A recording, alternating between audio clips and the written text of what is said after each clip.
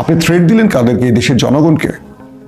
একটা দল গঠনের আগে আপনি জনগণকে বোঝালেন আপনার অনেক ক্ষমতা। আজকে ডাক দেন, আপনারা কজন লোককে এক করতে পারেন? আমরা চ্যালেঞ্জ দিয়ে বললাম পারবেন না।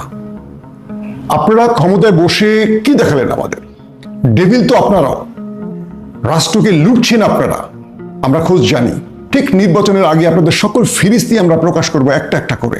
কে কোন মন্ত্রণালয় দিয়ে কত টাকার খেয়েছেন আমরা জানি, কিন্তু মাপ পাবেন না। একজন প্রকাশককে হেনস্থার অভিযোগ উঠেছে ওদের উপদেষ্টা মাস্টারমাইন্ড মাহফুজ আলম বিরুদ্ধে।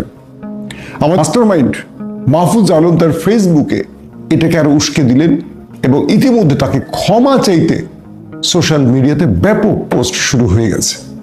অন্যদিকে মির্জা ফখরুল ইসলাম আলমগীরের জামাই ফাহাম আব্দুল সালাম ফেসবুকে পোস্ট করে তিনিও একটা পক্ষ অনুসরণ করলেন এমন অভিযোগ উঠে গেছে। মাহফুজ আলম তৌহিদি জনতা দ্বারা কাদেরকে বোঝালেন, কাদেরকে দায়ী করলেন? তার অর্থ এই না যে আমরা আপনাদেরকে মাফ করে দেব। আপনি যাদেরকে বললেন আর কোনো অনুরোধ করা হবে না, আপনি কে অনুরোধ করার? আপনার কি নির্বাচিত কেউ? বলেন, আপনার নিজের ক্ষমতার চেয়ারটা কতক্ষণ আছে সেটা আগে চিন্তা করেন। আমরা আইন হাতে তুলে নেইনি আর নেব না, তবে আপনার কথাটুকু আমরা ওইটুকু গ্রহণ করব। এই দেশে প্রতিদিনই মব সৃষ্টি হচ্ছে, এই দেশে বিভিন্ন দাবি আদায় রাস্তায় মানুষ নামছে। আপনি যদি সেটাকে ইঙ্গিত করেন আমরা আপনার পাশে আছি। এই দেশে এই সরকারকে ব্যর্থ করতে নানা ষড়যন্ত্রকারীরা প্রতিদিন বিভিন্ন দাবির জন্য ঢাকাতে বিভিন্ন জায়গায় নামছে, ভাঙচুর করছে, রাস্তা বন্ধ করছে। আমরা আপনার এই মতের সাথে একমত, কিন্তু বইমেলাকে যদি ইঙ্গিত করে আপনি এই কথাটি বলে থাকেন, একজন পর্ন লেখক স্বাধীনভাবে বাংলাদেশে প্রকাশনী খুলে বসবে, এটা আমরা সমর্থন করি না। আমরা সব্যসাচী বা শতাব্দী ভবর বিরুদ্ধে নই। তিনি যদি তসলিমা নাসরিনের বই তার স্টলে বিক্রি করেন, এটার বিরোধী আমরা প্রতিবাদ করবই। তাকে তো মারধর করা হয়নি, বরং তিনি গায়ে হাত তুলেছেন। এই ভিডিওটি ভালো করে দেখেন, 2 মিনিট 20 সেকেন্ডে তিনি প্রথম থাপ্পড় মেরেছেন আমাদের পাঠকের গায়ে। এবার তাকে গ্রেফতার করেন। যদি তাকে গ্রেফতার করার দুঃসাহস না থাকে, তাহলে নাক মানে কি বলবো, মুচিলেখা দিয়ে অথবা নাকি খড় দিয়ে ক্ষমতার চেয়ার থেকে বিদায় নেন। আপনারাও জুজুর ভয় করেন জানি, একদম খোলামেলা কথা বলছি। আমরা আইন হাতে তুলে নেওয়ার পক্ষে নাই, দেশের মানুষ আইন হাতে তুলে নেবে না। যারা নেবে অন্যায়ভাবে তাদের বিরুদ্ধে আমরা দাঁড়াবো। আমরা প্রতি মুহূর্তেই কথা বলছি। পাঠক যদি কোনো লেখককে, কোনো প্রকাশককে অন্যায়ভাবে গায়ে হাত দিয়ে থাকে, তার বিচার অবশ্যই করতে হবে। এটা কোনোভাবেই ন্যায্য না, এটা কখনোই সমর্থনযোগ্য নয়। কিন্তু তসলিমা নাসরিনের মতো একজন নষ্ট নারীর বই বিক্রি হলে সেখানে বাধা দেওয়ার অধিকার আমার আছে, অবশ্যই আছে। এই দেশে আমি নাগরিক, আমার সেই অধিকার আমার সংবিধান আমাকে দিয়েছে। আমি তো গায়ে হাত তুলিনি। আমি যদি শেখ হাসিনার সামনে প্রতিবাদ করতে পারি, আমি আমার মতের বাইরেও কারো প্রতিবাদ করব। আমি তো আইন হাতে তুলে নিইনি। কোথায় পেলেন আইন হাতে তুলে নিয়েছে তারা? ভিডিওটা ভালো করে দেখেন। আরেকটা কথা বলবো, আমাদের দেশে খুব সেন্সিটিভ একটা ইস্যু তৈরি হচ্ছে। যেখানে সেখানে কালো পতাকা দেখি, কালেবা খচিত কালো পতাকা। এটা কিন্তু পশ্চিমা দুনিয়ার চোখে একটা সন্ত্রাসী পতাকা। আমি বলছি না এটা সন্ত্রাসী পতাকা, কারণ আইএস কালো পতাকা নিয়ে পৃথিবীতে আবির্ভাব হয়েছে। এবং দেখেন, আইএস কিন্তু পশ্চিমা দুনিয়ার সৃষ্টি, এখন সেটা প্রমাণ হচ্ছে। কিন্তু আমরা অনেক জায়গায় দেখছি কালো পতাকাটা বহন করতে। এটা করবেন না। যদি কেউ ভুলক্রমে করেন, করবেন না, কারণ আন্তর্জাতিক অনেক বড় রকম রাজনীতি চলে নেপথ্যে। আর যদি কেউ এই পতাকা বহন করে আসেন, এই পতাকা দিয়ে আমাদের খুব বেশি লাভ হবে না। কালো পতাকা দিয়ে, সবুজ পতাকা নিয়ে আসেন সৌদি আরবে। আরেকটা কথা বলছি, বিভিন্ন জায়গায় জিয়াফত বা গরু খাবার যে একটা রেওয়াজ তৈরি হচ্ছে, দেখবেন সেখানে অধিকাংশ দাড়ি, টুপি, বড় বড় কি পাগড়ি কি বলে এটাকে, ওই বড় বড় চুল, বাবরি চুল, বড় বড় দাড়ি, পায়জামা পাঞ্জাবিকে সামনে রাখা হচ্ছে। এটাও কিন্তু খুব সিগনিফিকেন্ট, খেয়াল করবেন। কাউকে বিশ্বাস করে ঝাঁপিয়ে পড়বেন না। মনে রাখবেন, বিশ্বাসঘাতকরা আপনার সবচেয়ে কাছের বন্ধু হয়েই প্রবেশ করবে। ইতিহাসে যদি মুসলিম ইতিহাসের সাম্রাজ্য পতনগুলো দেখেন, বড় বড় সালতানাতের পতন দেখবেন, একদম খুব কাছের বিশ্বস্ত লোকটাই প্রতারণা করেছে। তাই বলছি, বাংলাদেশে জিয়াফতের সিস্টেমগুলো বন্ধ করেন। দেশে অনেক কাজ আছে। আমাদের মুসলিম তরুণদের অনেক মেধাবী কাজ করতে হবে, অনেক প্রতিষ্ঠান গড়তে হবে, আমাদের অনেক দূর যেতে হবে। আমাদের কাজ প্রত্যেকদিন কোথাও কোথাও গিয়ে ভেটো দেওয়া না, কোথাও গিয়ে হাঙ্গামা মব সৃষ্টি করা না। এই রাষ্ট্রকে আমাদের তৈরি করতে হবে। 15 বছর এই দেশটাকে যারা ধ্বংস করে দিয়ে গেছে, যারা এই দেশটাকে ভারতের পকেটে ঢুকিয়ে দিয়ে গেছে, এখান থেকে দেশটাকে রক্ষা করতে হলে মেধার প্রমাণ দিতে হবে। আমাদেরকে অনেক কাজ করতে হবে, সেই কাজে আমাদের তরুণদের এগিয়ে আসতে হবে। ওই জিয়াফত করবেন, ওইটা ভাঙবেন, এগুলো বন্ধ করতে হবে। তারপরে আন্দোলন সংগ্রামের ক্ষেত্রে এই পোশাকটা পরিবর্তন করেন ভাই।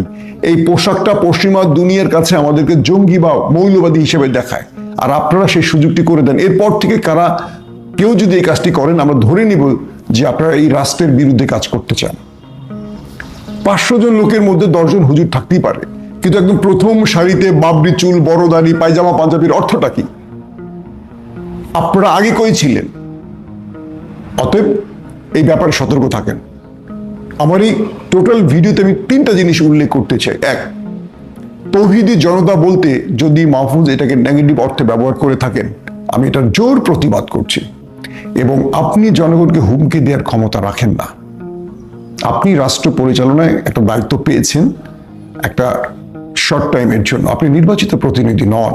2 নম্বর কথা, পুরো বিষয়টা না বুঝিয়ে আপনি এইভাবে তৌহিদি জনতা বলে কাউকে কটাক্ষ করতে পারেন না, বা তাদেরকে মব সৃষ্টিকারী বলতে পারেন না। 3 নম্বর, শতাব্দী ভব প্রথম আঘাত করেছে পাঠকের গায়ে, তাকে গ্রেফতার করতে হবে, মিস্টার মাহফুজ আলম। 4 নম্বর কথা, আমাদেরকে এখন এই রাষ্ট্র গঠনে কাজ করতে হবে।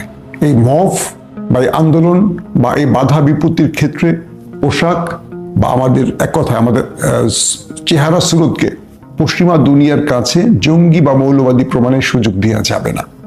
আবার যে স্টলকে নিয়ে সোশ্যাল মিডিয়াতে সুশীলদের এত বক্তব্য, সেখানে ইসলাম প্রিয় বা দাড়ি টুপি পরা কেউ সেই স্টলের প্রকাশককে হেনস্থা করলো না, উল্টো তিনি কোনো গেম করে এই সুযোগটি তৈরি করে দিলেন রাষ্ট্রের ষড়যন্ত্রকারীদের।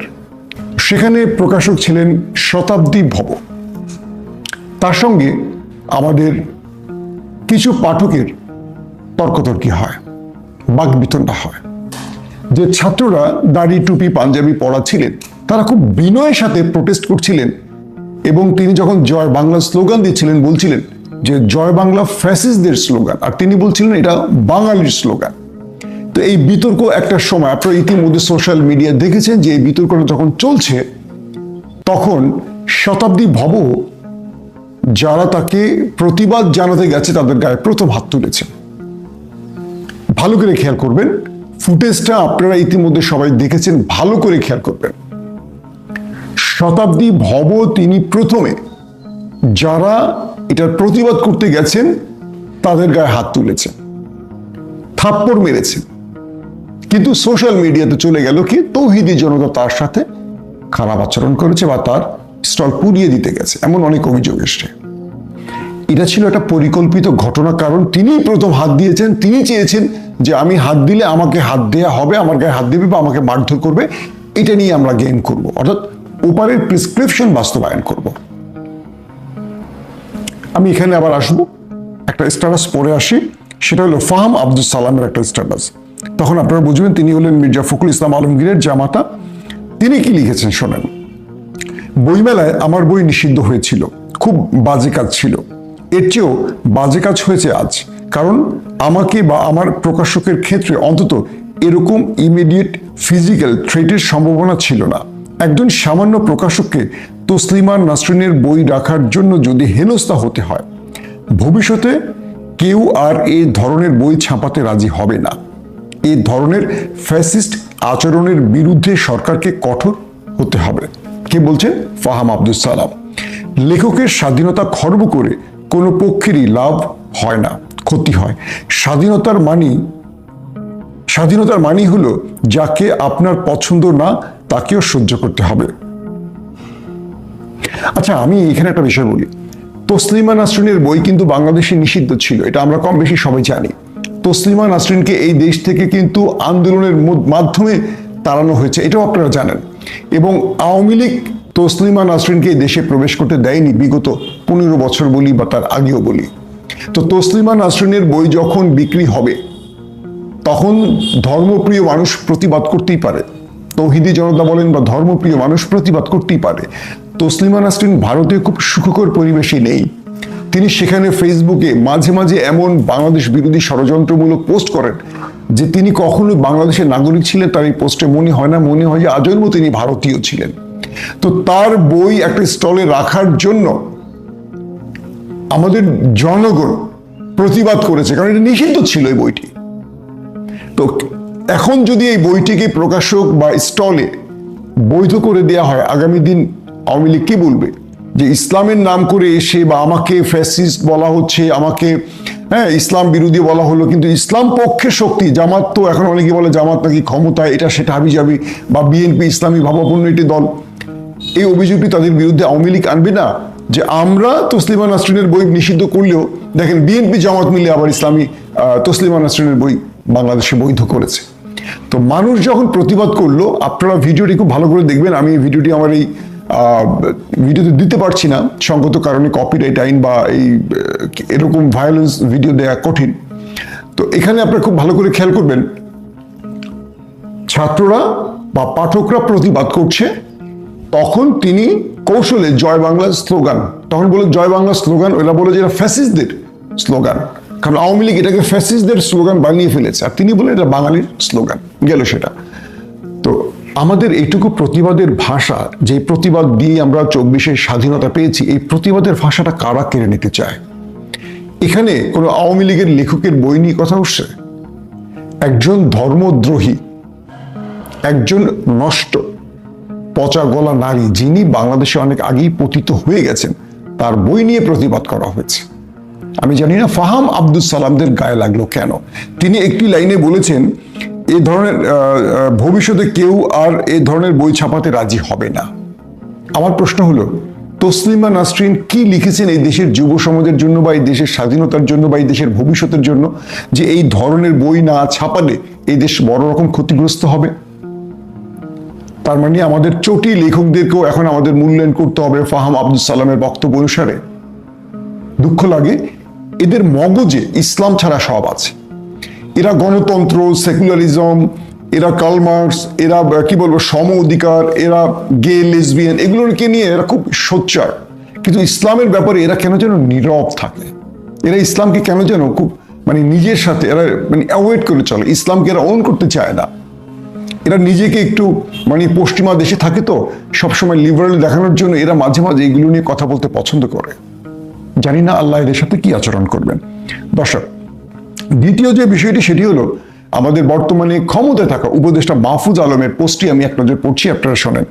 অভ্যুত্থানের পক্ষে হলে মফ করা বন্ধ করেন, আর যদি মফ করেন তাইলে আপনাদেরও ডেভিল হিসেবে ট্রিট করা হবে।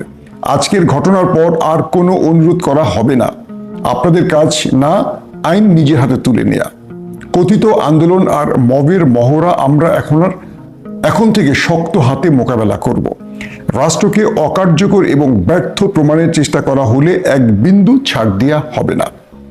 তৌহিদি জনতা, আপনারা 1.5 দশক পরে শান্তিতে ধর্ম ও সংস্কৃতি পালনের সুযোগ পেয়েছেন।